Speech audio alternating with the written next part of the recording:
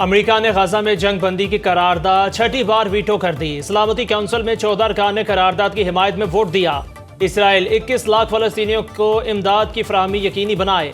امریکہ کے علاوہ تمام ممالک کا مشترکہ مطالبہ۔ امریکی مندوب کا کہنا تھا قرارداد میں حماس کے حملوں کی مذمت اور اسرائیل کے دفاع کے حق کو تسلیم نہیں کیا گیا۔ اقوام متحدہ میں پاکستانی مندوب عاصم افتخار نے اجلاس سے خطاب کرتے ہوئے کہا، غزہ میں بچے بھوک سے مر رہے ہیں، روزانہ درجنوں لوگوں کو شہید کیا جا رہا ہے۔ اسرائیل نے ہسپتالوں کو بھی نہیں چھوڑا۔ پاکستان فلسطینی عوام کی مکمل حمایت کا اعادہ کرتا ہے۔ غزہ میں فوری غیر مشروط سیز فائر کا مطالبہ۔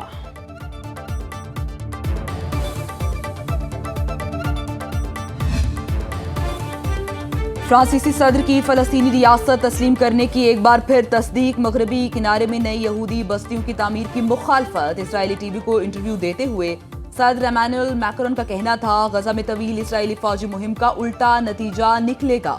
نئی آباد کاری دو ریاستی حل کے حصول کے امکان کو خطرے میں ڈالتی ہے۔ فرانس، برطانیہ، کینیڈا، آسٹریلیا، سعودی عرب کے ساتھ مل کر فلسطین کو ریاست تسلیم کرنے کی حمایت کرے گا۔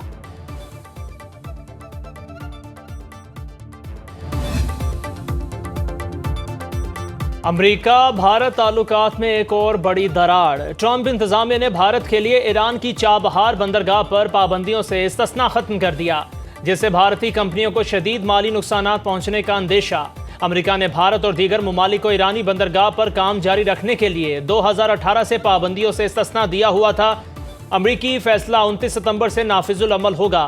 بھارتی میڈیا کے مطابق بھارت چابہار بندرگاہ کے ایک ٹرمینل کی تعمیر میں شامل تھا۔ رواں سال مئی میں بھارت نے اس ٹرمینل کو آپریٹ کرنے کے 10 سالہ معاہدے پر دستخط کیے تھے۔ بھارت چابہار بندرگاہ کو ایران اور افغانستان سے تجارت کے لیے استعمال کرتا ہے۔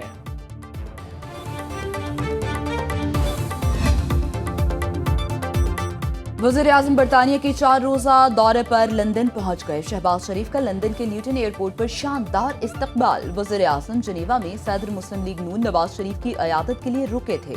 ذرائع کے مطابق نواز شریف کی بھی چند روز میں لندن آمد کا امکان۔ پاکستانی وفد میں نائب وزیر اعظم اسحاق ڈار، وفاقی وزراء خواجہ آصف اور عطا تارڑ بھی شامل ہیں۔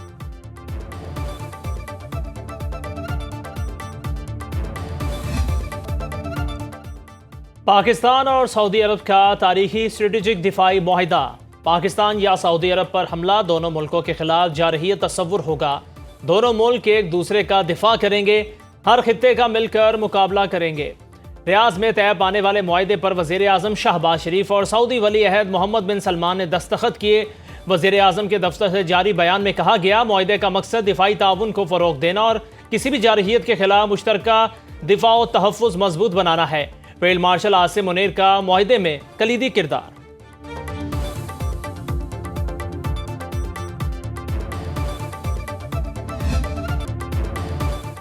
شاہانہ استقبال پر وزیر اعظم شہباز شریف کا سعودی عرب سے اظہار تشکر۔ وزیر اعظم شہباز شریف کا سعودی فضاؤں میں تاریخی استقبال۔ سعودی حدود میں داخل ہونے پر وزیر اعظم کا سعودی F-15 طیاروں نے خیر مقدم کیا۔ شہباز شریف نے دوران پرواز شاہ سلمان اور محمد بن سلمان کا شکریہ ادا کیا۔ سعودی عرب کی سڑکوں پر سبز ہلالی پرچموں کی بہار۔ وزیر اعظم کو قصر یمامہ پر آمد پر خصوصی سلامی بھی دی گئی۔ شاہی دیوان پہنچنے پر شہزادہ محمد بن سلمان نے شہباز شریف کا استقبال کیا۔ وزیر اعظم نے سوشل میڈیا پر پیغام میں کہا، سعودی ولی عہد شہزادہ محمد بن سلمان کی جانب سے ریاض کے سرکاری دورے پر پرخلوص اور دل کو چھو لینے والے استقبال نے بے حد متاثر کیا۔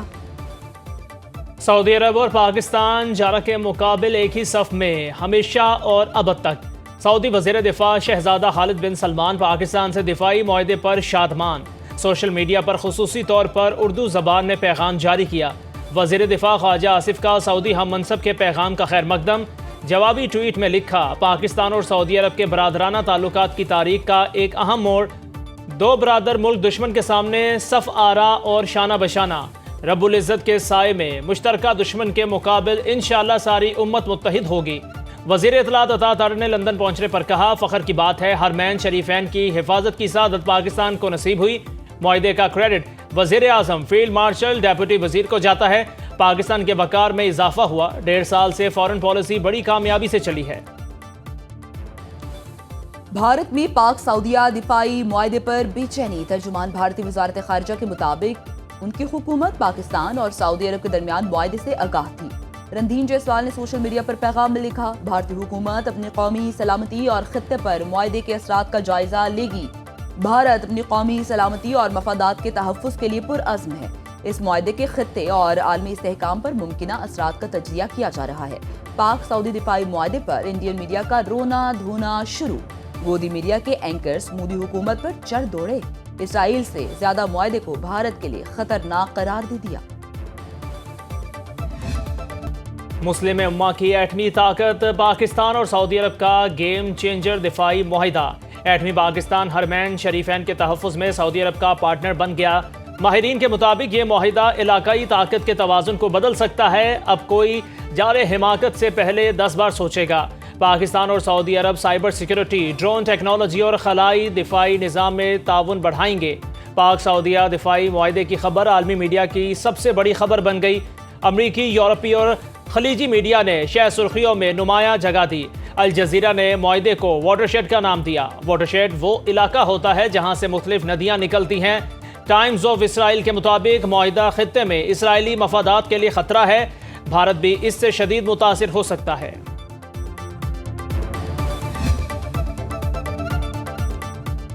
مسلم دنیا کا بلاک بننے کی جانب پاک سعودی معاہدہ اہم قدم ہے۔ دنیا میں کہیں بھی مسلمانوں پر ظلم ہو تو سعودی عرب اور پاکستان اسے روکنے کے لیے قائدانہ کردار ادا کرے۔ JUI کے سربراہ مولانا فضل الرحمان کا کراچی میں امن مارچ سے خطاب، کہا جب فلسطینی ایک فلسطین کی بات کرتے ہیں تو ہمیں بھی ایک فلسطین کی بات کرنی چاہیے۔ مولانا فضل الرحمان نے کہا، امن کے لیے سندھ، بلوچستان اور خیبر پختونخوا میں امن مارچ کیا ہے۔ ہم امن کا پرچار کر رہے ہیں۔ ہم اسلام آباد نہیں جانا چاہتے، لیکن آپ کا رویہ ہمیں ایسا کرنے پر مجبور کر رہا ہے۔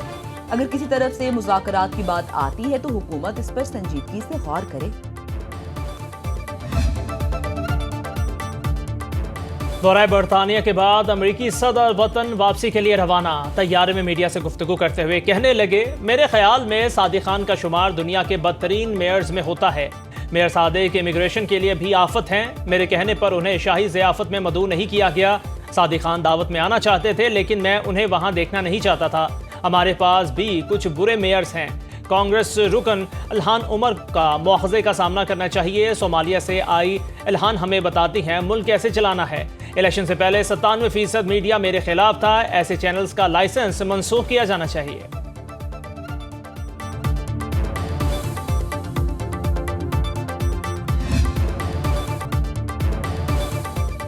کینسر کے مریضوں کے لیے خوشخبری، وزیر اعلیٰ پنجاب نے میو ہسپتال میں پہلے سرکاری کوآگولیشن سینٹر کا افتتاح کر دیا۔ تقریب سے خطاب میں کہا، دورہ چین کے دوران اس جدید ٹیکنالوجی کا مشاہدہ کیا اور پنجاب میں متعارف کرانے کا فیصلہ کیا۔ ایسی ٹیکنالوجی بھارت کے پاس بھی نہیں۔ ملتان اور راولپنڈی کے ہسپتالوں کے ساتھ نواز شریف کینسر ہسپتال میں بھی یہ طریقہ علاج متعارف کرایا جائے گا۔ چاروں صوبوں کے عوام مستفید ہو سکیں گے۔ وزیر اعلیٰ پنجاب مریم نواز نے سرجیکل وارڈ میں پہلی کوآگولیشن مشین کا معائنہ کیا۔ چین سے 5 مزید کوآگولیشن مشینیں منگوانے کا حکم وزیر اعلیٰ کو بتایا گیا۔ کوآگولیشن مشین پر ایک مریض کے علاج میں 16 لاکھ روپے خرچ ہوتے ہیں۔ جگر، پھیپھڑے اور بریسٹ کینسر کا ابتدائی طور پر علاج جاری۔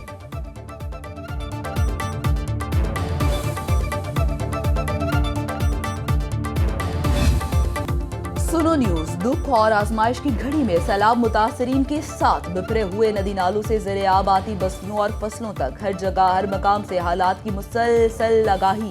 سنو نیوز کے نمائندے متاثرہ علاقوں میں موجود، سیلاب کی کوریج کے لیے خصوصی پروگرامز، سیلاب زدگان کا ہر مسئلہ حکام کے سامنے رکھ دیا۔